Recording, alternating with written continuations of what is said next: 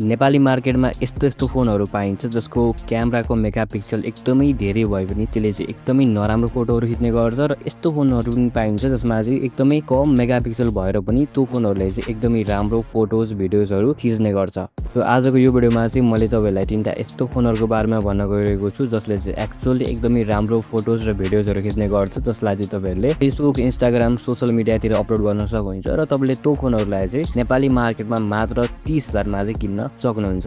So यदि तपाईहरुलाई चाहिँ नेपाली मार्केटमा 30,000 भित्र एउटा राम्रो खालको क्यामेरा फोन चाहिएको छ भने आजको यो भिडियोलाई लास्टसम्म हेर्नु होला।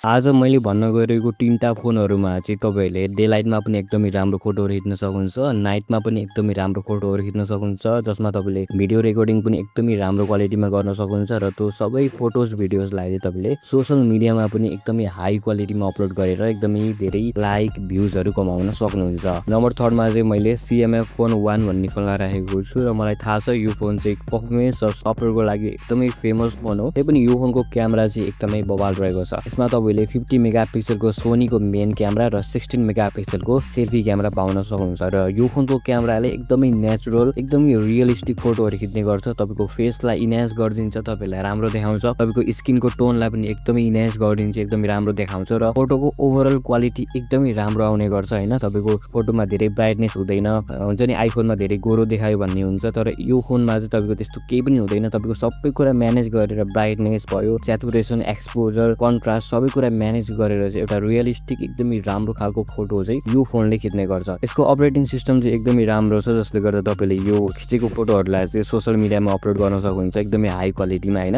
अनि हामीलाई चाहिँ यस्तो क्यामेरा चाहिएको जसले चाहिँ एकदमै राम्रो फोटोहरु खिचोस् र त्यो फोटोहरुलाई चाहिँ हामीले सोशल मिडियामा राख्न पाऊँ। अब हामीलाई चाहिँ त्यो नेशनल जियोग्राफीको टाइपको क्यामेरा, एकदमै हाई क्यामेरा चाहिँ चाहिदैन हैन। त्यही नै हो, हामीले फोटो खिचेर मोबाइलमा राखिराख्ने पनि हैन। सो सोशल मिडियामा चाहिँ राम्रो फोटो आओस् भन्ने चाहिँ हाम्रो मेन उद्देश्य हो, जो कि तपाईको यो फोनले एकदमै मजाले पुरा गर्छ। यसको अपरेटिङ सिस्टम एकदमै राम्रो छ। क्यामेरामा चाहिँ तपाईको मेगापिक्सल मात्र धेरै भएर पनि केही हुँदैन, क्यामेराको प्रोसेसिङ पावर सबै कुरा एकदमै ख्याल गर्नुपर्ने हुन्छ र यो फोनको त्यो कुरा चाहिँ एकदमै राम्रो लागेको भएर चाहिँ मैले यो फोनलाई चाहिँ यो लिस्टमा राखेको। यदि तपाईको बजेट कम छ, तपाईलाई चाहिँ एउटा रियलिस्टिक एउटा परफर्मेन्स पनि राम्रो चाहिएको छ भने तपाईले चाहिँ यो फोनलाई चाहिँ किन्न सक्नुहुन्छ। नम्बर 2 मा चाहिँ मैले Samsung Galaxy A17 5G भन्ने फोनलाई राखेको छु, जसमा चाहिँ तपाईहरुले एकदमै राम्रो सेल्फीहरु चाहिँ खिच्न सक्नुहुन्छ। यो फोनको चाहिँ सबभन्दा राम्रो कुरा भनेको यसबाट तपाईको सेल्फीहरु एकदमै राम्रो आउँछ। यदि तपाईहरुलाई टिकटकहरु बनाउन मन पर्छ भने यो फोन चाहिँ तपाईहरुको लागि एकदमै राम्रो हुन सक्छ हैन। तपाईको पोर्ट्रेटहरु एकदमै क्लीन आउँछ। यसले चाहिँ तपाईको चाहिँ स्किनलाई एकदमै इन्हान्स गरेर चाहिँ फोटो भिडियोहरु खिच्ने गर्छ, जसले गर्दा तपाईहरु पनि राम्रो देखिनुहुन्छ र फोटोहरु पनि एकदमै राम्रो आउने गर्छ। अनि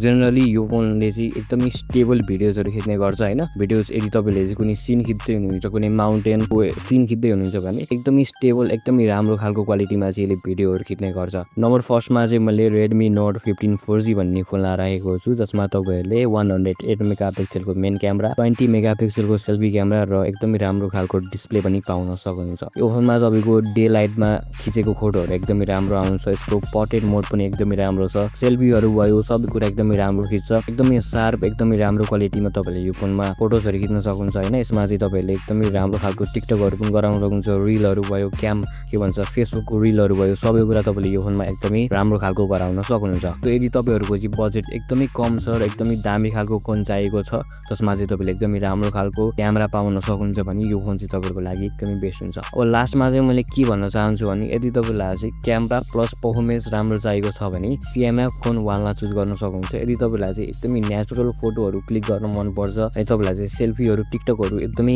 बढी गराउनुहुन्छ, टिकटकै लागि भनेर एउटा फोन चाहिएको छ भने Samsung Galaxy A17 5G भन्ने फोनलाई चुज गर्न सक्नुहुन्छ। यदि तपाईलाई चाहिँ ओभरअल क्यामेरा, तपाईलाई राति फोटो खिच्न पनि मन लाग्छ, तपाईलाई सेल्फी पनि खिच्न मन लाग्छ, तपाईलाई नेचुरल फोटोजहरु पनि खिच्न मन लाग्छ भने तपाईले Redmi Note 15 4G चाहिँ चुज गर्न सक्नुहुन्छ। यदि तपाईलाई चाहिँ के क्वेशन छ भने कमेन्टमा कमेन्ट गर्न सक्नुहुन्छ, मैले तपाईलाई चाहिँ रिप्लाई दिन्छु।